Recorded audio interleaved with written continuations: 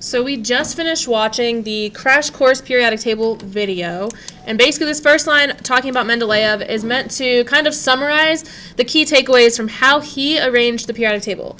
So at first, when Mendeleev arranged the elements on the periodic table, how did he do it? Based on their what? Atomic mass. Good, based on their atomic mass. So he started by arranging the periodic table by atomic mass.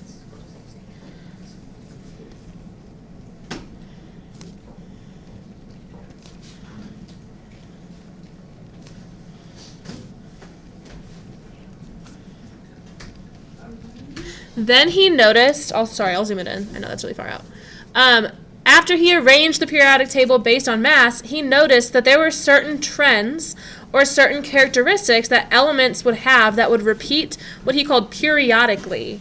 So at the end of every row, he would notice, like, hey, every so often, every however many elements, that trend or that pattern repeated itself. So that's what caused them to go into different periods or different rows.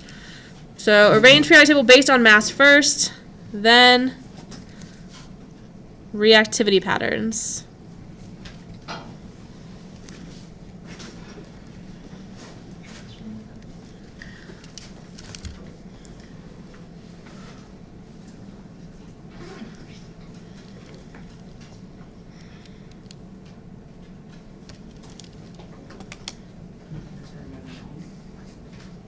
And then the next bullet point says, today's elements are ordered by blank. So I'm going to flip over to the back side of your notes packet. You have a new fresh periodic table on here. So these numbers at the top, so 24, 25, 26, 27, what do we call those numbers? Numbers. Sorry. They are the number of protons, yes, but also atomic number. So both of those things are what we're going to write down in the blank. So today's elements are ordered by atomic number.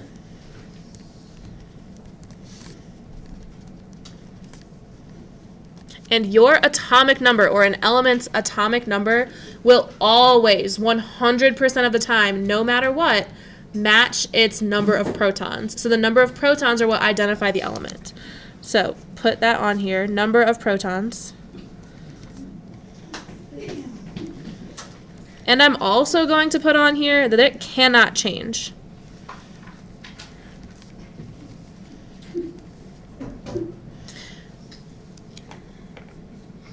Meaning that if we do change the number of protons, let's say I have something with 7 protons and say, okay, I want it to have another proton, so I have 8 protons, that's now a different element. You're not talking about the same element anymore.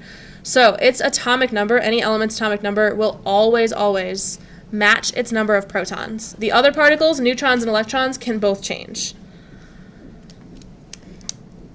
And then we'll be very particular about the vocabulary that we use. Anytime I call something an atom, that tells you that it is neutral.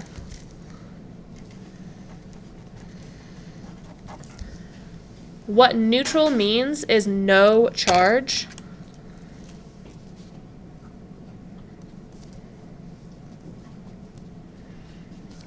And something is neutral when the number of protons is equivalent to the number of electrons.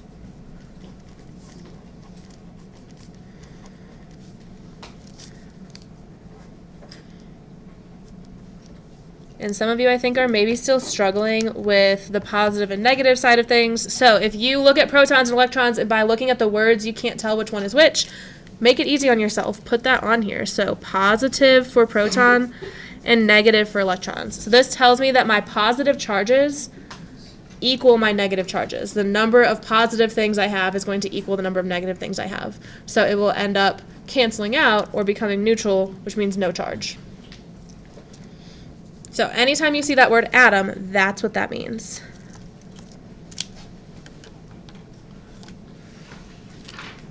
The other word we have on here is ion. If something is an ion, that means that it is charged.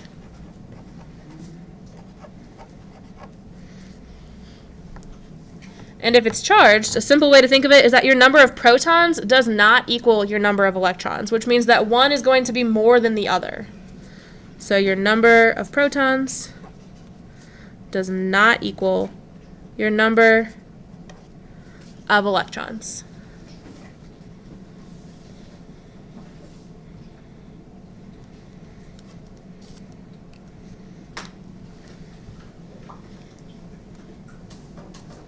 Is this looking maybe a little bit familiar?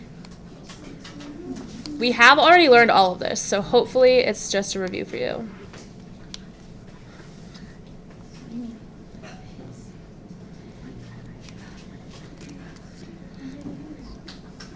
So if your protons and your electrons are not equal to each other, there are two ways that can happen. Those two ways are going to be classified as either cations or anions. On our atomic structure notes, I remember putting the little cat picture on here, but I didn't do it on this one. So we have a little cat, and why do I put a cat on here? Do you remember? Does it look familiar at all? Let me see if I can find it from someone. This little guy.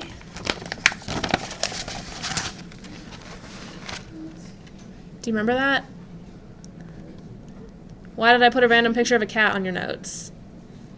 When we talk about cation, okay, and a cation. I drew an actual cat because why? Because what? Because it has the name cat in it, yeah, and cats have paws, and a cation is a positively charged ion. Good.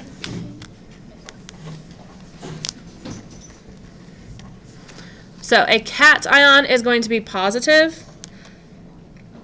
After showing you the like printed out version of the cat in my stupid little drawing, it's obvious why I put clip art on there instead of attempt to draw myself. So cats have paws, a cation is a positively charged ion, and an anion is a negatively charged ion.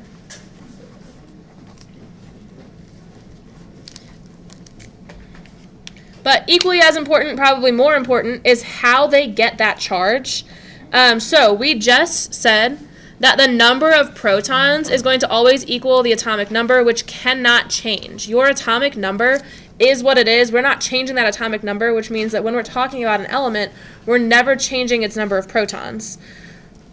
So we have to think about how something can have a positive charge if we can't change its number of protons. So if I flip over to the back side of my notes, actually I'm going to zoom that in even more, and I'm looking at silver, which is number 47. How many protons will silver have?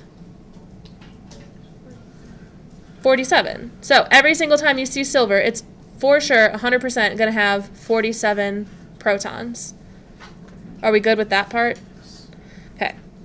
In order for silver to get a positive charge, so silver's common ion is a +1 ion, which means that overall it has a +1 charge, which means that it has one more proton than it does electrons.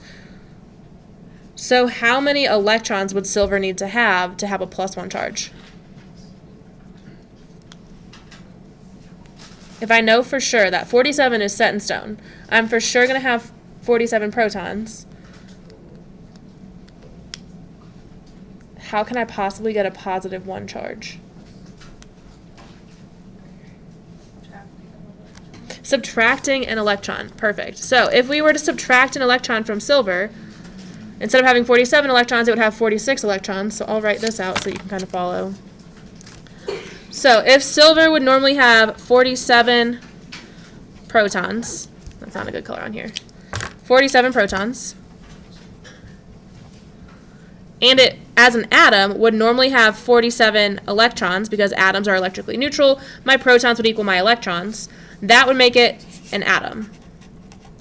What I'm saying is if I want it to have a charge, I for sure am still going to have 47 protons because it's still silver, but anything less than 47 electrons would leave it with an overall positive charge. So if silver is going to end up with a +1 charge, something like 46 electrons would leave me with one more positive than negative. Did you follow that? Hopefully. All right, let's go ahead and flip back to the front. We'll get practice with it. I know this is new. So a positive charge is not due to gaining protons because we cannot change the number of protons. This is due to losing electrons. So you end up with less electrons than protons.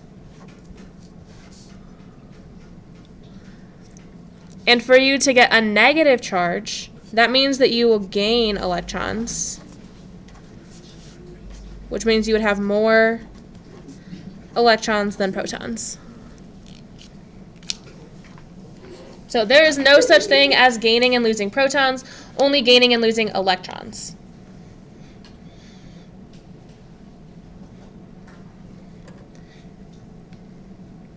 And then another callback to our atomic structure unit is when we talked about both of these things. One is what makes an atom stable. Do you remember? I know it's been a while. The shell. The shell, but which cell? Do you remember what it called? What? Bleh. Do you remember what we called it? I heard it. The valence shell. Good. Okay, so what makes an atom stable is a full valence shell. Our valence shell is the same thing. It's the outermost shell of an atom, and it's going to be your outer S and P sublevels. So if you remember from our electron unit, or even if you don't, your S sublevel is this one, and then your P sublevel is this one. So the number of electrons that will be in your valence shell are at the highest energy level, adding up your S and P. Keeping that in mind, if you understood our last unit really well, which based on your tests, it seems like this was like our best unit so far, which is good. If you still feel like you have a firm grasp of that, then you don't have to really memorize this because it makes sense on your periodic table, where all of the energy levels will have 8 valence electrons except for energy level 1, since it only has the S sublevel, that one will be full with 2 electrons. So the octet rule is what tells us that atoms will either gain, lose, or share electrons in order to acquire a full set of usually 8 valence electrons, except for energy level 1, which will have 2 valence electrons. So atoms gain, lose, or share electrons in order to acquire a full set of 8 valence electrons. And then I'm going to put a big old star here and say energy level 1 only needs 2 electrons to be stable.